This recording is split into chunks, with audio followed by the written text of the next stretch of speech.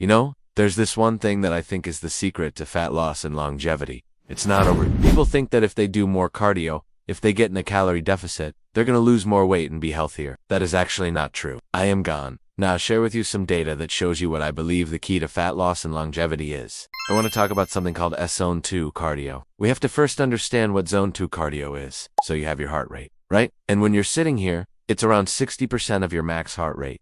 You go for a walk, it goes up. If you go for a light jog, it goes up. If you go for a run, it goes up. If you go for a sprint, it goes way up. So we have our heart rate reserve, which is our max heart rate minus our resting heart rate. And we can calculate this max heart rate. It's 220 minus your age. So if you're 40 years old, roughly speaking, your max heart rate is going to be about 180 beats per minute. And then you take your resting heart rate, which is, mine's about 60. So the difference between 180 and 60 is 120 beats per minute. That's my heart rate reserve. So now we have these zones, okay? This zone 2 is 60 to 65% of your max heart rate. Zone 3 is 65 to 75% of your max heart rate. Zone 4 is 75 to 85% of your max heart rate. And Zone 5 is above 85% of your max heart rate. Alright, so the key here is you want to spend a lot of time in Zone 5, because that is very high intensity, and you're going to build up a lot of anaerobic threshold. But that's not what we're talking about today. We're talking about Zone 2. So Zone 2 is where we spend most of our time.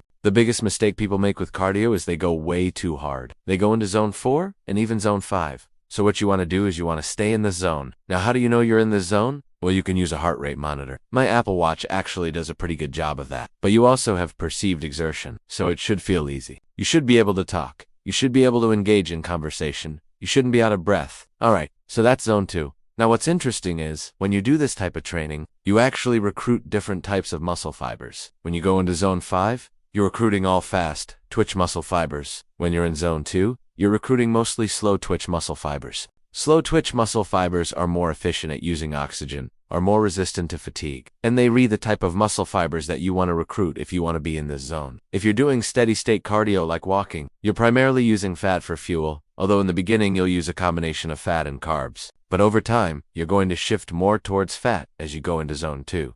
So why is this important? Because we have to look at this graph. This graph shows the relationship between body fat percentage and VO2 max. As you can see, there is an inverse relationship. The higher the body fat percentage, the lower the VO2 max. What's happening is as you're gaining body fat, you're actually becoming less efficient at using oxygen. You have this huge mountain of fat that has to come off before you can really become efficient at using oxygen. So what does that mean? It means that the fatter you are, the less efficient you are at utilizing oxygen, and the thinner you are, the more efficient you are at utilizing oxygen. So what's the key to fat loss? It's to maintain low body fat percentages while increasing your VO2 max. So if you're trying to lose weight and you're doing high intensity cardio, Zone 2, you gone, nah, increase your VO2 max. But you also gone, nah, be left with more hunger and cravings. If you do steady state cardio, you gone, nah, reduce the hunger and cravings. But you not gone, nah, improve your VO2 max much. So the sweet spot is somewhere in the middle. How do you find that sweet spot? Well, you're going to have to experiment. Everybody's different. Some people will find their sweet spot by doing 20 minutes of steady-state cardio, plus 10 minutes of high-intensity interval training, or you might find your sweet spot by doing 10 minutes of high-intensity interval training and 10 minutes of steady-state cardio. There's no magic formula, but you can play around with this and find it. But the point is, you want to find the lowest amount of cardio possible that keeps your body fat low